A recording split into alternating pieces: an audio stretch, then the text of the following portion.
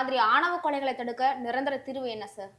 ஆணவ படுகொலைகளை தடுக்க நிரந்தர தீர்வுங்கிறது பார்த்தீங்கன்னா, நம்ம வெறும் அரசு மீது மட்டுமே குற்றம் சுமத்த முடியாது. இந்த அரசு தான் காரணம், அரசு தனிச்சட்டம் இயற்றினா டோட்டலா மாறிடுங்கிறத அந்த பாயிண்ட் ஆஃப் வியூல மட்டும் சிந்திச்சீங்களா, கண்டிப்பா உங்களுக்கு நிரந்தர தீர்வு கிடையாது. சாதி குறித்து ஒரு புரிதல் சொல்லணும். மக்களிடையே வந்து சாதி குறித்த பாகுபாடு, எல்லாருமே பொதுவான மனிதர்கள், ஏற்றத்தாழ்வு இல்லை. இப்படின்னு நம்ம மட்டும் பண்ணல. காலங்காலமா புத்தரா இருக்கட்டும், வள்ளுவரா இருக்கட்டும், இதெல்லாம் பேசிட்டே வந்துட்டு இருக்காங்க.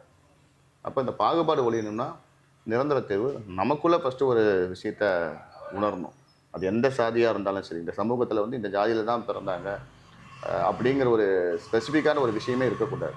இது எங்க இருக்குன்னா, படித்தவங்ககிட்ட. அதனால தான் அந்த சாஃப்ட்வேர் இன்ஜினியர் கொல்லப்பட்டிருக்கான். மெயினா வந்து நம்ம ஒழிக்கணும்னா அவேர்னஸ் தான். சோசியல் சமூக விழிப்புணர்வு ரொம்ப முக்கியம். குறிப்பா மக்களிடையே வந்து சாதி பற்றிய புரிதல் வந்து ரொம்ப தவறா திணிக்கப்பட்டிருக்கு. இந்த மாரி விஷயங்கள்லாம் வந்து ஒவ்வொரு அரசியல் கட்சியும் கையில் எடுக்கணும். இன்னைக்கு புதுசா தமிழகத்துல வந்திருக்கிற நடிகர் கட்சி, அவங்களே இத பத்தி பேசணும். இன்னை வரைக்கும் அவன் பேசவே இல்ல. அந்த கட்சியிலருந்து யாருமே ஒரு கருத்து கூட சொல்ல கிடையாது. ஏன்?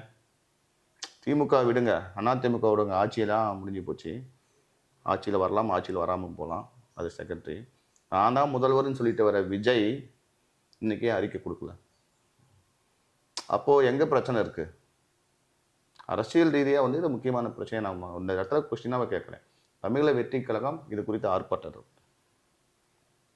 திமுக ஆட்சி சரியில்ல, என்னென்னமோ சொல்லிலாம் வந்து அவங்க வந்து ஆர்ப்பாட்டம் அறிவிச்சாங்க. கடந்த அஜித் குமாருக்கு ஆர்ப்பாட்டம் அறிவிச்சாங்க. இம்மீடியட்டா தமிழக வெற்றிக் கழகம் மாவட்டந்தோறும் இந்த ஆர்ப்பாட்டத்தை அறிவிக்கட்டும்.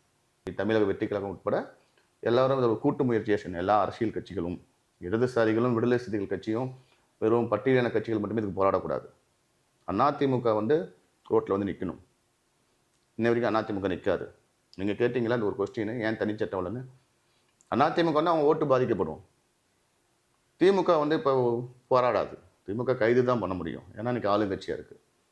அப்ப யாரெல்லாம் அந்த சாதி வேணான்னு நினைக்கிறாங்களோ, ஏன் பாமக சமூக நீதி தான் போட்டிருக்காங்க, பாஜக இந்தியாவே ஆள்றாங்க, அவங்களாம் போராட்டம் பண்ணட்டுமே. ஸோ இந்த மாதிரி சூழல் வந்து எல்லா அரசியல் கட்சிகளும் மக்களிடையே கொண்டு போய் இந்த விஷயத்தை சேர்த்தணும்னா, சேர்த்தனால் மட்டுமே இதுக்கான ஒரு நிரந்தர தீர்வுக்கு ஒரு ஜஸ்ட் ஒரு தொடக்கம். அவ்வளவுதான்.